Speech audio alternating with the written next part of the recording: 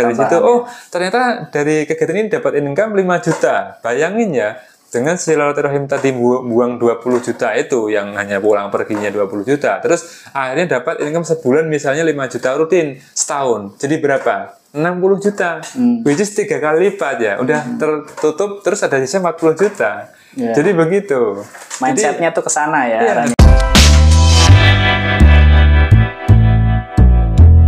Halo Sobat Geolins, ketemu lagi dengan saya Henry Pratomo dan Zudi. Hari ini kita mau bahas soal mudik nih teman-teman ya. Jadi apa sih esensinya, dan kalau mudik itu kan yang paling utama uang yang akan kita keluarkan atau uang yang akan kita bawa tuh pasti lumayan nih teman-teman ya, merogoh kocek. Nah mungkin mau tanya dulu nih sama Zudi nih. Zud, lo mudik tahun ini? Iya, insya Allah aku mudik. Insya Allah nih, kemana nih? Mudik ke mana? Wong Kito Galuh. Pempek. Palembang. Waduh. Gimana nih?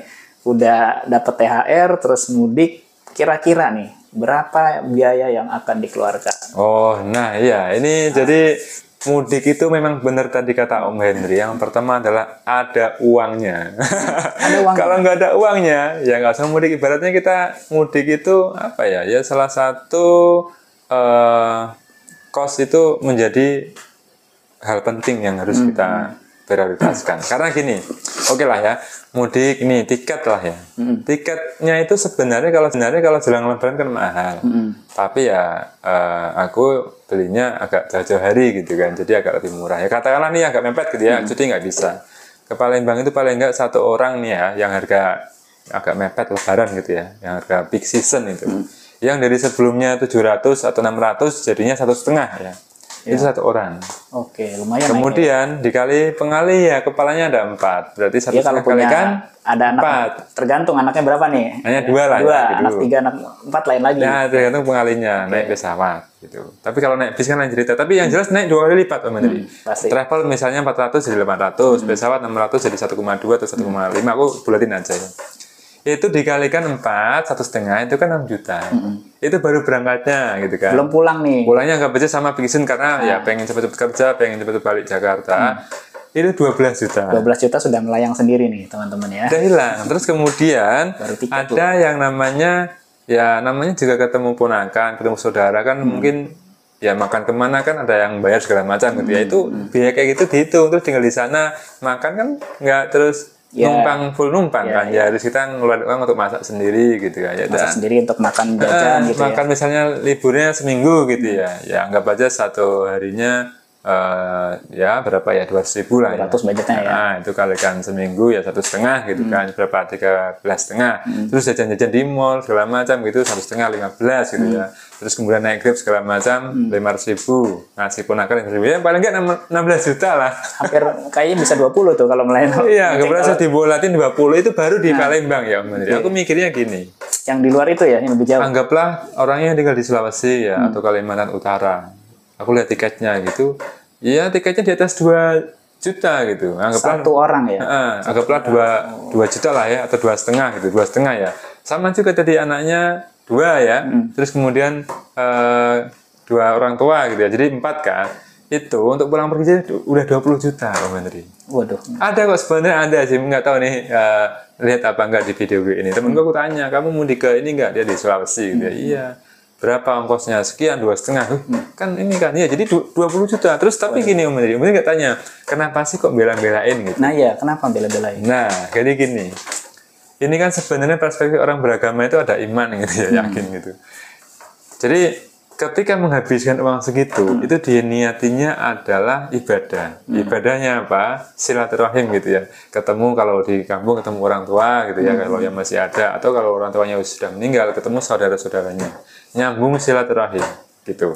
Nah, dengan nyambung silaturahim itu ibarat ke investasi yang nggak langsung gitu ya. Secara nggak langsung nanti ya dari pintu langit atau dari yang Maha Kuasa ada rezeki yang ngasih terbuka rezeki. ya. Ibaratnya gini, orang-orang yang seperti itu mikirnya ketika aku silaturahim, ya udah kita habis 20 juta, 10 juta nanti diganti bisa 10 kali lipat. 5, 3 berapa kali lipat dari uang yang kita habiskan. Jadi ibaratnya kan kalau kita hitungan secara matematika nggak masuk, apaan sih ini? Tapi di kehidupan ini ya, apalagi di kepercayaan gitu, iman gitu nggak ada ya bukannya nggak logis ya kita mikirnya suatu saat pasti akan ada balasan. Misal kita ketemu sama saudara di kampung gitu ya, terus bilang, oh ini ada loh aku proyek sekian loh, oh ada ya, yuk kita kembangin ya, dari yang dulunya kita nggak punya proyek tambahan jadinya ada misal dari situ, oh ternyata dari kegiatan ini dapat income 5 juta, bayangin ya, dengan silaturahim tadi buang 20 juta itu yang hanya pulang perginya 20 juta, terus akhirnya dapat income sebulan misalnya 5 juta rutin setahun, jadi berapa? 60 juta, which is 3 kali lipat ya, udah tertutup, terus ada sisa 40 juta. Jadi begitu.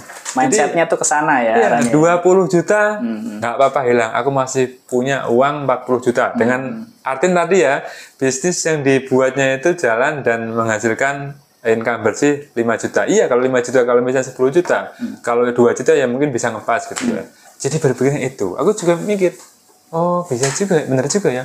Karena Om Bri mungkin nggak ada tempat untuk mudik ya, jadi agak ini ngapain sih gitu buang-buang uang. Sebenarnya gitu. Bukan nggak ada ya, jadi karena ini kan sudah berlalu beberapa tahun ya, sudah nggak punya kakek nenek, orang tua sudah pada meninggal gitu kan, jadi udah nggak punya tempat lah ibaratnya, ya udah beda lah kayak gitu. Jadi gua akan banyak menghabiskan waktu ya di sini aja. Ya. Nah, setelah lagi aku baru ingat kalau dari sisi Om Henry kan pertanyaan dibalik. Kenapa Om Henry nggak mudik ya? Karena nggak ada orang tua atau siapa yang akan dituju kan? Nggak ada dituju lagi. Artinya gini, ketika mudik itu ada tujuannya jelas, goals yang jelas. Apa? Ngunjungin orang tua. Kalau dulu tuh selalu ngunjungin ini kakek nenek lah ya. Ya udah kakek nenek atau orang tua gitu atau ya. Atau orang tua gitu kan. Berangkat dari Jakarta ke luar kota gitu. Kemana itu? Ke Tegal. Oh, masih ada kalau lebaran ya. Tapi begitu nggak ada kan semua pasti kondisinya akan berubah gitu ya.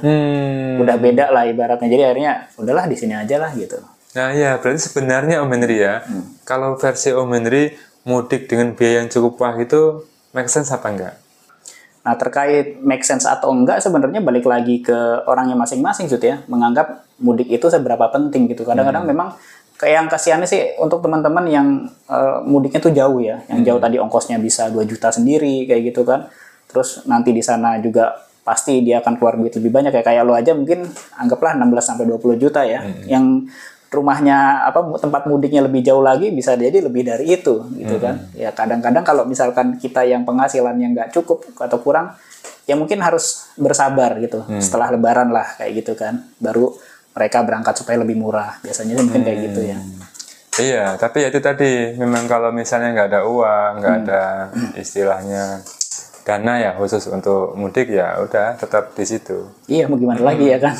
Karena tapi gimana Om Henry kalau dari Om Henry yang istilahnya udah nggak mudik gitu ya, melihat fenomena mudik itu adalah hal yang seperti apa? Lazim kah atau agak? Ya sebenarnya lazim, tapi sekarang gini Zut ya, yang gua melihat itu sudah makin orang-orang tuh makin banyak punya kendaraan ya. Jadi macet-macet yang terjadi beberapa tahun ini tuh udah nggak wajar, terlalu crowd gitu ya, karena juga di Indonesia ini kan punya kendaraan itu sebenarnya gampang gitu kan. Lu punya uang 20-25 juta aja bawa pulang tuh mobil. Ya kredit lah gitu kan. Selesai itu, gampang.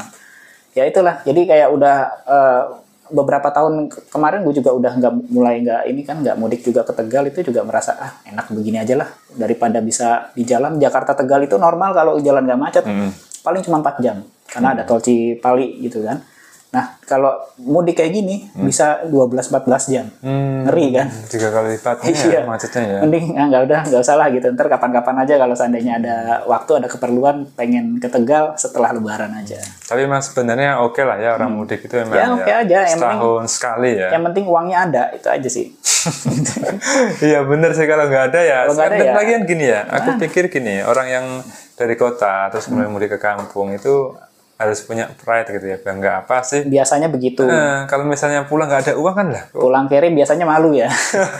Karena kan image-nya orang yang bekerja di Jakarta itu uangnya banyak. Ya, bahkan kan ada yang nggak tahu punya uang apa enggak, dibela-belain untuk nyewa mobil gitu kan. Mobilnya juga nyewanya bagus gitu kan. Mungkin Pajero. Ya, karena nyewa nggak tanggung-tanggung lah, langsung Pajero atau enggak Alphard sekalian misalnya. Jadi wah, keren banget, ada yang seperti itu. Padahal nyewa ya. Karena kan kadang di kampung itu orang melihat status sosialnya contohnya dari mobil yang digunakan gitu. Dari mobil, pakaian, gitu. Ya, tapi ada juga yang nggak seperti itu. Cuman kan kalau ditambah itu kan, oh sukses nih. Baru nggak tahu itu pinjaman gitu. Nah, itu dia. Ya, jadi seperti itulah Sobat Geolins ya.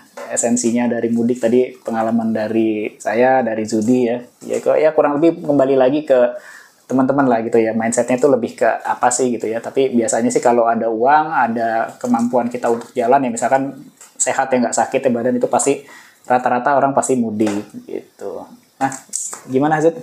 Ya, jadi bagi Sobat Geolins nih yang mau mudik, silakan tetap hati-hati di jalan ya. Dan ingat, ketika mudik jangan lupa untuk balik sini lagi ya. Iya. Nanti mudik ternyata untuk selamanya nggak boleh di sini lagi.